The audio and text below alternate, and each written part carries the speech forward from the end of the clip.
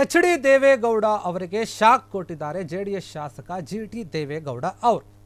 ಮಾಜಿ ಪ್ರಧಾನಿಗೆ ಶಾಕ್ ಅನ್ನು ಕೊಟ್ಟಿರುವಂಥದ್ದು. ದೇವೇಗೌಡರ ಬದ್ಧ ವೈರಿಯಾಗಿರುವಂತಹ ಸಿದ್ದುನ ಹಾಡಿ ಹೊಗಳಿದ್ದಾರೆ ಜಿ.ಟಿ.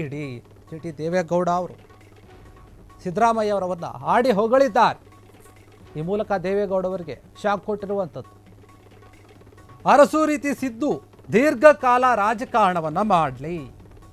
25 ವರ್ಷ ಸಿದ್ದು ಜೊತೆ ನಾನು ಕೆಲಸವನ್ನ ಮಾಡಿದ್ದೇನೆ. ಜಿ.ಟಿ. ದೇವೇಗೌಡರು ಹೇಳ್ತಿರುವಂಥದ್ದು.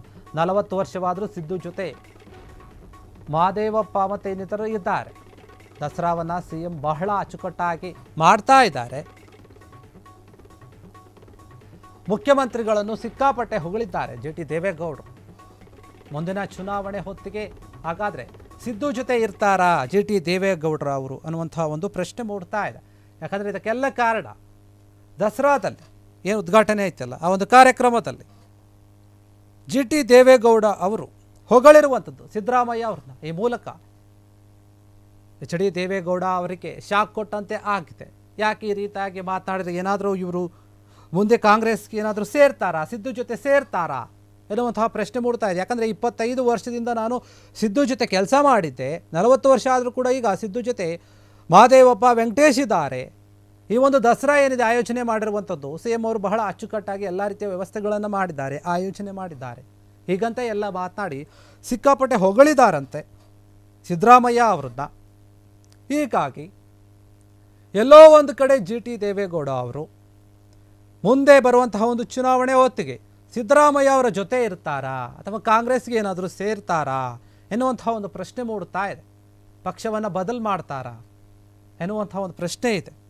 ಈ ರೀತಿಯಾಗಿ ಹೊಗಳಿರೋದ್ರಿಂದ ಇದೆಲ್ಲೋ ಒಂದು ಕಡೆ ದೇವೇಗೌಡ ಅವರಿಗೆ, ಎಚ್.ಡಿ. ದೇವೇಗೌಡ ಅವರಿಗೆ ಸ್ವಲ್ಪ ಇರಿಸಿ ಮುರುಸಾಗಿರ್ಬೋದು ಅಥವಾ ಒಂದು ಶಾಕ್ ಆಗಿರ್ಬೋದು. ಏನು ಈ ರೀತಿಯಾಗಿ ಮಾತನಾಡಿದ್ದಾರಲ್ಲಿ ಏನೋ ತುಂಬ ಅವ್ರ ಕಡೆ ಒಲವಿರೋ ಥರ ಮಾತನಾಡಿರೋ ಥರ ಕಾಣ್ತಾ ಇದೆ ಇವರ ಒಂದು ಮಾತುಗಳನ್ನು ಬಗ್ಗೆ ಕೇಳಿದಾಗ. ಹೀಗಾಗಿ ಏನಾದರೂ ಕಾಂಗ್ರೆಸ್ ಕಡೆ ಮತ್ತೆ ಮುಖ ಮಾಡುವಂಥ ಸಾಧ್ಯತೆ ಇದೆಯಾ ಮುಂಬರುವಂಥ ಒಂದು ಚುನಾವಣೆಗಳಲ್ಲಿ? ಜಿ.ಟಿ.ಡಿ. ಅವರು ಬದಲಾಗುವಂಥ ಸಾಧ್ಯತೆ ಇದೆಯಾ ಅನ್ನುವಂತಹ ಪ್ರಶ್ನೆ. ಸಿದ್ದರಾಮಯ್ಯ ಅವರನ್ನು ಆಡಿ ಹೊಗಳಿರೋದೇ ಇದಕ್ಕೆಲ್ಲ ಕಾರಣ ಅನ್ನುವಂತಹ ಮಾತು. ಯಾಕಂತ ಈ ಒಂದು ಕಾರ್ಯಕ್ರಮ ಏನಿದೆ, ಕಾರ್ಯಕ್ರಮದಲ್ಲಿ ಇಷ್ಟೆಲ್ಲ ಮಾತುಗಳನ್ನು ಆಡಿರುವಂಥದ್ದು. ಮಹದೇವಪ್ಪನವರು ಇರ್ಬೋದು, ವೆಂಕಟೇಶ್ ಅವರು ಇರ್ಬೋದು, ನಾನಿರ್ಬೋದು. 25 ವರ್ಷ ನಾನಿದ್ದೆ. ಈಗ 40 ವರ್ಷ ಆದರೂ ಕೂಡ ಮಹದೇವಪ್ಪನವರು, ವೆಂಕಟೇಶ್ ಅವರು ಎಲ್ಲರೂ ಕೂಡ ಇದ್ದಾರೆ. ನಾನು ವಿಶೇಷವಾಗಿ ಅವರಿಗೆ ಯಾವತ್ತೂ ಕೂಡ ದೇವರಾಜ ಅರಸರು ಈ ಭಾಗದಿಂದ ಹುಣಸೂರಿನಿಂದ ಗೆದ್ದು 45 ವರ್ಷ ಅವರು ಕೂಡ ರಾಜಕೀಯ ಕ್ಷೇತ್ರದಲ್ಲಿ ಸೇವೆಯನ್ನು ಸಲ್ಲಿಸಿದ್ರು.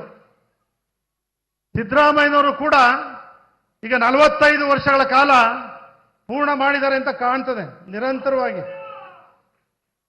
45 ವರ್ಷಗಳ ಕಾಲ ನಿರಂತರವಾಗಿ ಸೇವೆಯನ್ನ ಸಲ್ಲಿಸಿ ಅಪಾರ ಅನುಭವವನ್ನು ಗಳಿಸಿ, ಅದರಲ್ಲೂ ಕೂಡ ಆರ್ಥಿಕ ತಜ್ಞರಾಗಿಯೂ ಕೂಡ ಸೇವೆಯನ್ನ ಸಲ್ಲಿಸ್ತಾ ಇರ್ತಕ್ಕಂಥದ್ದು ನಮ್ಮ ಮೈಸೂರು ಭಾಗದ ಜನರಿಗೆ ಅತ್ಯಂತ ಹೆಮ್ಮೆಯ ಸಂತೋಷದ ವಿಚಾರ.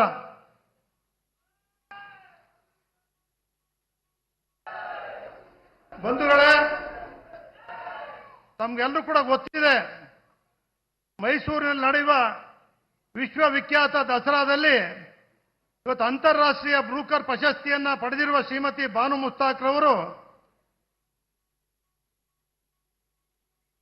ಬಹಳಷ್ಟು ಅದ್ವಿತೀಯ ಸಾಧನೆಯನ್ನ ಮಾಡಿದ್ದಾರೆ. ಕ್ಷಣ ಕ್ಷಣದ ಸುದ್ದಿಗಳಿಗಾಗಿ ಫ್ರೀಡಂ ಟಿವಿ ಸಬ್ಸ್ಕ್ರೈಬ್ ಮಾಡಿ, ಲೈಕ್ ಮಾಡಿ ಹಾಗೂ ಫಾಲೋ ಮಾಡಿ. ಹೊಸ ಸುದ್ದಿಗಳ ನೋಟಿಫಿಕೇಶನ್ಗಾಗಿ ಬೆಲ್ ಐಕಾನ್ ಮೇಲೆ ಕ್ಲಿಕ್ ಮಾಡಿ.